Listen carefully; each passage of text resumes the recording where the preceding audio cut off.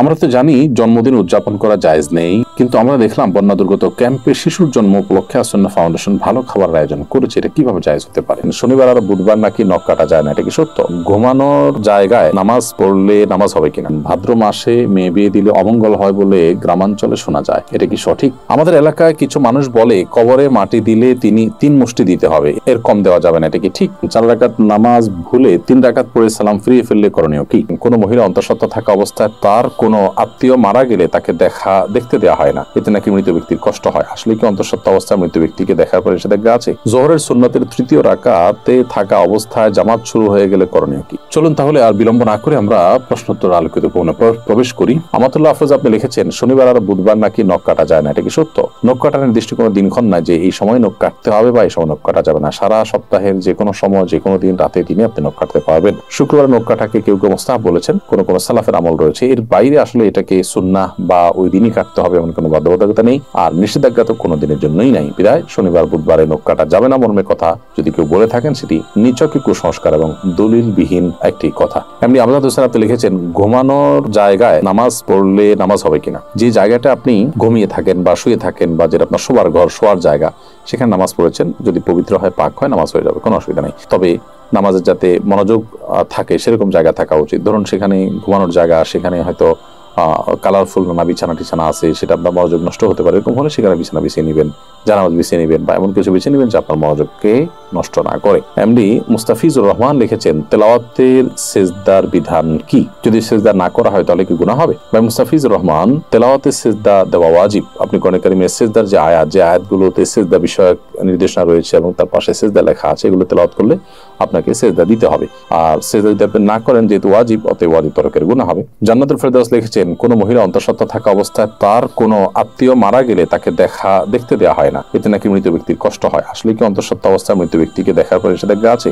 সম্পূর্ণ ভিত্তিহীন এবং কুসংস্কারাচ্ছন্ন কথা। অন্তঃসত্ত্বা থাকা অবস্থায় অনেকগুলো কুসংস্কারের কথা আমরা জানি। এটা কাটা যায় না, সেটা কাটা যায় না, তারপরে চন্দ্রগ্রহণ হলে বাহির হওয়া যায় না, তারপর এই যে আরেকটা নতুন করে শুনলাম যে কোনো আত্মীয় মারা গেলে তাকে দেখা যায় না। একেবারেই ভিত্তিহীন কথা। আপনি যাদেরকে জীবদ্দশা দেখতে পারতেন, মৃত্যুর পর তাদেরকে দেখতে পারবেন। ধরুন আপনার শ্বশুর মারা গেছে, তো আপনি তাকে দেখতে পারবেন, যার সাথে আপনার দেখা দেওয়া যায় সেটাকে আপনি দেখতে পারবেন। অন্তঃসত্ত্বা হওয়া বা না হওয়ার কোনো সম্পর্কের সাথে বা এর কারণে কোনো পার্থক্য বিধানের ক্ষেত্রে হবে না। এমনি দেলওয়ার হোসেন লিখেছেন আমি গরু পালন করি, অনেক সময় গরুর প্রস্রাবের ছিটা কাপড়ে লাগে, এই কাপড় পরে নামাজ পড়া যাবে কি না? ভাই দেলওয়ার হোসেন, আপনি যে গরু লালন পালন করেন, এই গরু লালন পালন করতে গিয়ে যদি ছিটা পড়ে, সেই ছিটা যদি শুয়ের আগার সমপরিমাণ হয়, এরকম ক্ষুদ্র ক্ষুদ্র ছিটা যদি পড়ে 2-4টা, কোনো অসুবিধা নেই, এতে অসুবিধা হবে না। কিন্তু যদি অনেক বেশি পেশাব লাগে, ছিটা নয় বরং ফোঁটা পড়ে, অনেক ফোঁটা পড়ে, তাহলে সেক্ষেত্রে সেই কাপড় আপনাকে পরিবর্তন করে বা কাপড়ের সেই জায়গাটা ধুয়ে, যেখানে লেগেছে ধুয়ে আপনাকে নামাজ পড়তে হবে। আমাদের এলাকায় কিছু মানুষ বলে কবরে মাটি দিলে তিনি 3 মুষ্টি দিতে হবে, এর কম দেওয়া যাবে না, এটা কি ঠিক?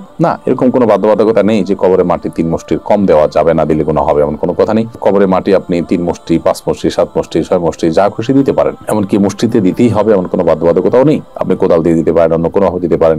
মৃত ব্যক্তিকে দাফন করা ফরজে কিফায়া। সমাজের কিছু মানুষ যদি সেটি করেন, সবার তরফ থেকে সেটি আদায় হয়ে যায়। অতএব মৃত ব্যক্তিকে দাফন করার এই কাজ আপনি শরীক করেন, একটু মাটি দিলেন, এটা সবের কাজ, সেটা আপনি করেন। বাট আপনার এটা মাথায় রাখা দরকার যে 3 মুষ্টি দিতে হবে এরকম কোনো বাধ্যবাধকতার কথা কোরআন বা সুন্নাহর কোথাও বলা হয়নি।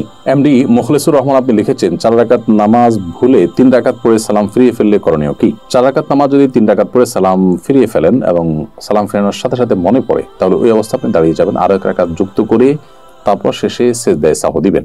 ইনশাআল্লাহ তাতে আপনার সালাত আদায় হয়ে যাবে। যদি সালাম ফেরানোর পর কথাবার্তা বলেছেন, উঠা বসা করেছেন বা সালাত ভঙ্গকারী কোনো কিছু হয়েছে, হাঁটাচলা করেছেন, এরপরে আপনার মনে পড়েছে, তাহলে ওই সালাত পুনরায় আপনাকে আদায় করতে হবে। অর্থাৎ হাঁটাচলা করেছেন, উঠা বসা করেছেন, কথাবার্তা বলেছেন, এরপর আবার 1 রাকাত প্লাস করে সিজদায়ে সাহু দিলে কিন্তু আর হবে না। 4 রাকাত সালাতকে 3 রাকাত আদায় করেছেন, করে সালাম ফেরানোর সাথে সাথে মনে পড়লো বা সালাম ফিরিয়েছেন, কোনো সালাত ভঙ্গকারী আর কোনো কাজ করেননি, মনে পড়েছে, তাহলে তৎক্ষণাৎ তার সাথে আরো 1টি রাকাত যুক্ত করে সিজদায়ে সাহু দিবেন, সালাত হয়ে যাবে ইনশাআল্লাহ তাআলা। এসএইচ মোহাম্মদ আল জাবির আপনি লিখেছেন ভাদ্র মাসে মেয়ে বিয়ে দিলে অমঙ্গল হয় বলে গ্রামাঞ্চলে শোনা যায়, এটা কি সঠিক? না, এরকম কোনো কথা নেই। বিয়ের ব্যাপারে এমন কোনো সময় বা এমন কোনো কাল নেই যে সময় কালে বিবাহ হলে কোনো প্রকার ক্ষতি হতে পারে বা উপকার হতে পারে। বিবাহ সব সময় করা যায় এমন একটি বিষয়। শুধুমাত্র হজের এহরামরত অবস্থায় বিবাহ বন্ধনে আবদ্ধ হওয়া নিয়ে উলামায়ে কেরামের ভিন্ন মত আছে, একদল উলামা ইকরাম জায়েজ বলেন, অন্য দল উলামা ইকরাম না জায়েজ বলেন। তবে এর বাইরে অন্য বছরের অন্য কোনো সময়, রমজানের বাইরে, কাটা চাঁদ বলে আপনার জিলহজ মাসে, কোরবানিদের মাসে, সে মাসে, কিংবা এই ভাদ্র মাসের কথা আমি নতুন জানলাম, তো এরকম কোনো মাসে বিয়ে করলে কোনো অমঙ্গল হয়, মঙ্গল হয় এরকম মনে করলে সেটি কুসংস্কার এবং বেদাত হবে। এ ধরনের কুসংস্কারের জন্য বিশ্বাসী হওয়া যাবে না। আফরিন জাহান লিখেছেন, আমার বাসায় প্রচুর পিঁপড়া, বিশেষ করে রান্নাঘরে কাজের সময় পিঁপড়া কামড়ায় বলে অনেক পিঁপড়া মেরে ফেলি, এতে কোনো গুনাহ হবে কিনা? পিঁপড়া যদি আপনি মারেন এতে গুনাহ হবে না, কিন্তু আগুন দিয়ে পুড়িয়ে পিঁপড়া মারবেন না। পিঁপড়া নবী সাল্লাল্লাহু আলাইহি ওয়াসাল্লামের নিষেধাজ্ঞা রয়েছে। এর বাইরে আপনার পিঁপড়ার উপদ্রব থেকে বাঁচার জন্য আপনি সেটা মেরে ফেলতে পারেন। যে কোনো প্রাণী আমাদের যদি উপদ্রবের কারণ হয় তাহলে সেটা থেকে আত্মরক্ষার জন্য আমরা সেটি মারতে পারি, কিন্তু নির্মম ভাবে বা অপ্রয়োজনে কষ্ট দিয়ে তাকে তিলে তিলে শেষ করা বলতে যেটা বোঝানো হয় সেটা করা জায়েজ হবে না। জোহরের সুন্নতের তৃতীয় রাকাতে থাকা অবস্থায় জামাত শুরু হয়ে গেলে করণীয় কি? জোহরের সুন্নতের তৃতীয় রাকাতে আপনি আছেন, এমন অবস্থায় জামাত শুরু হয়ে গেলে আপনি আরেক রাকাতের সাথে প্লাস করবেন এবং তাড়াতাড়ি সেটা শেষ করে জামাতে শামিল হয়ে যাবেন। এক্ষেত্রে নামাজ ভেঙে ফেলবেন না। এটাই হলো ফুকাহায়ে আহনাফের মত এবং এটা অধিকতর শক্তিশালী। আল্লাহ সুবহানাহু ওয়া তাআলা বলেছেন কোরআনে কারিমে, লা তুবতিলু আমালাকুম, তোমরা তোমাদের আমলকে বাতিল করে দিও না, নষ্ট করে দিও না। যদিও হাম্বলী মাযহাবের উলামা ইকরাম অনেকেই বলেন যে এরকম পরিস্থিতিতে আপনি নামাজ ছেড়ে দিয়ে জামাতে শামিল হবেন, কারণ নবী করিম সাল্লাল্লাহু আলাইহি ওয়াসাল্লাম বলেছেন, ইযা উকিমাতিস সালাতু ফালা সালাতা ইল্লাল মাকতুবা, যখন ফরজ নামাজের একামত হয়, একামত হলে তখন ফরজ নামাজ ছাড়া কোন নামাজ পড়া জায়েজ নয়, যার কারণে আপনি সেটা ছেড়ে দিবেন। এরকম মত তারা দিয়ে থাকেন। মূলত এই হাদিসের আরেকটা ব্যাখ্যা হতে পারে, সেটা হলো যে যখন একামত শুরু হয় তখন আর ফরজ নামাজ অন্য কোনো নামাজ নয়, অর্থাৎ অন্য কোনো নামাজ শুরু করা যাবে না। কিন্তু শুরু করা নামাজ যে ভেঙে ফেলতে হবে সেটা কিন্তু এখান থেকে পরিষ্কার বোঝা যায় না, অর্থাৎ এটার একাধিক ব্যাখ্যা হওয়ার সুযোগ আছে। বিধায় এটা দিয়েই চূড়ান্তভাবে প্রমাণ করা যে নামাজ ভাঙা যাবে সেইটা সঠিক নয়। হাসানুল সিয়ামাতি লিখেছেন, শুনেছি কেউ নেশাগ্রস্ত হলে 40 দিন ইবাদত কবুল হয় না। এখন প্রশ্ন হলো, কেউ নেশা করার পর 40 দিন না হওয়ার আগেই যদি তার ভুল বুঝতে পারে এবং তওবা করে ফিরে আসতে চায়, তবে কি সে ইবাদত করতে পারবে? প্রথম কথা হলো, ইবাদত তো করতেই হবে তাকে। পারবে মানে কি? ইবাদত করতে শুধু পারবে না, ইবাদত করাটা তার জন্য আবশ্যক। 40 দিন ইবাদত কবুল হবে না এই ভেবে তিনি যদি 40 দিন নামাজ পড়া বাদ দিয়ে রাখেন তাহলে তো ডাবল গুনাহ হবে তার। কবুল না হওয়ার দুইটা অর্থ আছে। একটা অর্থ হলো যে বিশুদ্ধই হবে না, আরেকটা হলো যে ইবাদত করেছেন সেটা কাগজে কলমে বিশুদ্ধ হয়েছে, বাট আল্লাহ তাআলার কাছে সেটা অ্যাকসেপ্টেবল হবে না। তো এখানে নেশাগ্রস্ত হলে 40 দিন ইবাদত কবুল হবে না মানে দ্বিতীয়টা উদ্দেশ্য, অর্থাৎ আপনি সঠিকভাবে যথাযথভাবে করে থাকলে আপনার নামাজ হয়ে গেছে, বাট আল্লাহর কাছে সেটা কাউন্টেবল হবে না, অ্যাকসেপ্টেবল হবে না। এখন প্রশ্ন উঠতে পারে, আল্লাহর কাছে অ্যাকসেপ্টেবল না হলে করে লাভ কি? উত্তর হবে যে আপনি করে দায়মুক্ত হলেন, অন্তত আপনাকে আল্লাহ নির্দেশ করেছেন, নির্দেশ পালন করেছেন, সেই কাজটা অন্তত হয়েছে। আল্লাহ কবুল কি করলেন না সেটা তো আরেকটা বিষয়। তো এই জন্য এরকম পরিস্থিতিতে নামাজ বা অন্যান্য ইবাদতগুলো আমাদের ঠিক অব্যাহত রাখতে হবে।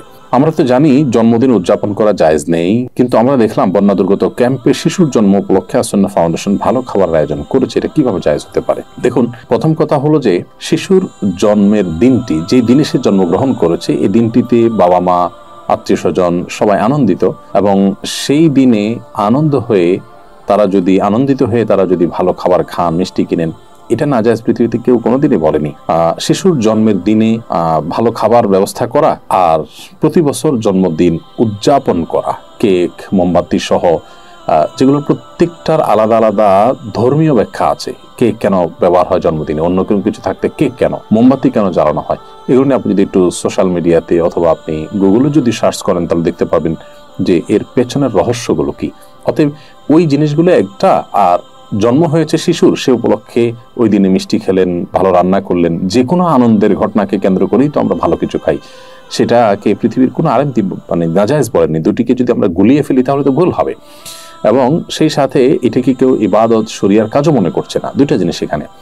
জন্ম দিবস উদযাপন যেটি বছর বছর হয়ে থাকে, সেখানে যে সমস্ত আইটেমের প্রয়োজন হয় সেগুলো অগ্নি পূজকদের বিভিন্ন বিশ্বাস থেকে এসেছে, তাদের কৃষ্টি বা কালচার। আর যে কোনো আনন্দের বা যে কোনো সুখের কোনো ঘটনা আসলে তখন খুশি হয়ে নিজেরা ভালো কিছু খাওয়া বা খাওয়ানো, সেটাকে পৃথিবীতে কেউ নাজায়েজ বলেনি, এবং দুটি কখনো এক জিনিস নয়। এই পার্থক্যটা আমাদের করতে হবে। আমরা অনেক সময় এই বিষয়গুলোকে গুলিয়ে ফেলি। অ্যাক্সিডেন্টের কারণে আমার পায়ে প্লাস্টার লাগানো হয়েছে, এটা ভেজানো যাবে না, এমন অবস্থায় গোসল ফরজ হলে কি করব? অ্যাক্সিডেন্টের কারণে আপনার পায়ে যে প্লাস্টার লাগানো হয়েছে, পায়ে বা হাতে, সেই প্লাস্টার যদি ভেজানো না যায় পানিতে, তাহলে ওখানে প্লাস্টিক দিয়ে বিভিন্নভাবে পেঁচিয়ে তারপর আপনি গোসল করবেন। আর যদি সেখানে প্লাস্টিক দিয়ে পেঁচিয়ে গোসল করলেও পানি লেগে যাওয়ার আশঙ্কা থাকে, তাহলে কোনোভাবে পাও কোনো কিছুতে রেখে উঁচুতে কোড়াটা মোড়াতে বা কিছুতে রেখে এরপর আপনি আলতো করে পানি দিয়ে বাকি শরীর ধোবেন এবং সেই ব্যান্ডেজের জায়গাটা বা প্লাস্টারের জায়গাটা ভিজা হাত দিয়ে উপর দিয়ে আপনি মুছে নেবেন। ব্যাস, তাতে ইনশাআল্লাহ দেখবেন আপনার গোসল হয়ে যাবে। একইভাবে আপনি উযুও করবেন।